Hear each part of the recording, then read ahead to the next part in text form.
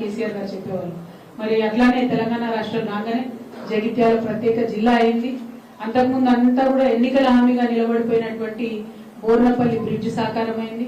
ఇవాళ ఆదిలాబాద్ కు జగిత్యాలకు సంబంధాలు, పెళ్లి సంబంధాలు, విద్యా వ్యాపార సంబంధాలు పునరుద్ధరింపబడ్డాయంటే యావత్ జగిత్యాల్లో భూముల విలువ పెరిగిందంటే, వ్యాపారాలు చేసుకునేటటువంటి వాళ్ళు ముందుకొచ్చి పెట్టుబడులు పెడతా ఉన్నారంటే కేసీఆర్ గారు వచ్చిన తర్వాత మాత్రమే అది సాధ్యమైందని చెప్పి ఇవాళ సగర్వంగా ప్రతి ఒక్కరం కూడా చెప్పుకునేటటువంటి వాస్తవం జగిత్యాల జిల్లాలో.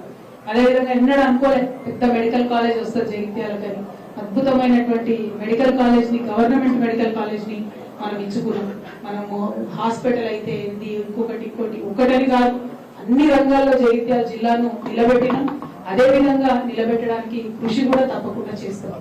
సరే, రాజకీయాలకు సంబంధం లేకుండా మరి ఇప్పుడు జరుగుతున్నటువంటి ప్రజలు గెలిపించినటువంటి విషయాన్ని కూడా మర్చిపోయి ఇక్కడ బీఆర్ఎస్ పార్టీలో గెలిచినటువంటి ఎమ్మెల్యే గారు పార్టీని మోసం చేసి, కార్యకర్తలను మోసం చేసి, తల్లి పాలు దాగి రొమ్ము గుద్దినటువంటి చందంగా ఆయన పార్టీ మారి వెళ్ళిపోయినా కూడా మరి కార్యకర్తలందరూ కూడా నిబద్ధతతో కేవలం కేసీఆర్ గారి మీద ప్రేమతోని, గులాబీ జెండా ఉందనేటటువంటి గుండె ధైర్యంతోనే ఇవాళ బీఆర్ఎస్ పార్టీలో కార్యకర్తలందరూ కూడా కొనసాగుతూ ఉన్నారు.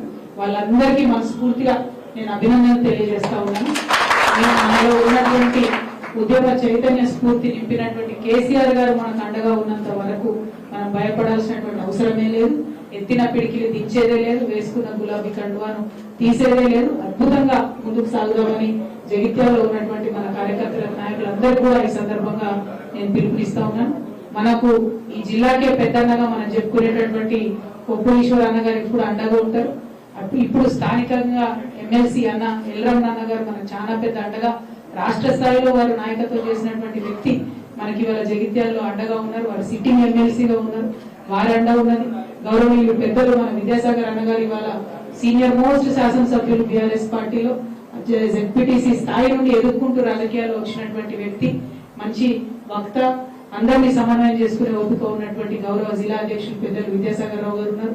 అట్లనే సోదరి మణి జెడ్పీ చైర్మన్ గా పనిచేసి మరి వాళ్ళు ఇక్కడ ఎమ్మెల్యే వెళ్ళిపోయినా కూడా కార్యకర్తలందరినీ కూడా కళ్ళలో నాలుకలా కలుపుకుంటూ, ఆ పిల్ల చిన్న అమ్మాయి అయినప్పటికీ అన్నలకు దండం పెట్టుకుంటూ, తమ్ములను హక్కున చేసుకుంటూ, చెల్లెలను చేతి పట్టుకొని నడిపించుకుంటూ ముందుకు తీసుకెళ్తున్నటువంటి సోదరి దావ వసంత గారికి, అట్లానే సీనియర్ నాయకులు గౌరవనీయులు పెద్దలు మన తుల రాజేంద్ర అన్న గారు, మన పార్టీ సీనియర్ నాయకులు అన్న అమీన్ భాయ్ గారు, అట్లానే గట్టు సతీష్ అన్న గారు, రమణారావు అన్న గారు సీనియర్ నాయకులు, భూపతి రెడ్డి గారు, మా తమ్ముడు దేవేందర్ ఫైటర్, ఇట్లా ఒకరు కాదు ఇద్దరు కాదు అందరూ కూడా మరి ఇవాళ జగిత్యాల్లో ఏ ఒక్క నిమిషం కూడా వేరే ఆలోచన చేయకుండా కేసీఆర్ గారి జెండాను మనం కొనసాగించాలనే స్ఫూర్తితో పనిచేస్తున్నందుకు నిజంగా అందరూ కూడా చేతులెత్తి నేను మనస్ఫూర్తిగా శుభాకాంక్షలు తెలియజేస్తా ఉన్నాను.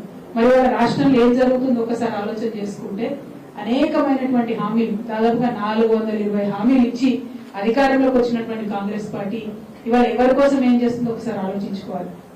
నిజంగా నిన్న జగిత్యాల వచ్చే ముందే ఒక రైతన్న ఒక మంచి మెసేజ్ పెట్టింది.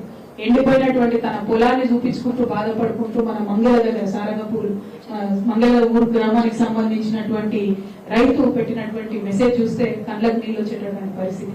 ఎండిపోయినటువంటి భూమిని చూపించుకుంటూ బాధపడుతున్నటువంటి పరిస్థితి. ఇవాళ రైతు భరోసా లేదు, ఎరువులకు ఇబ్బంది,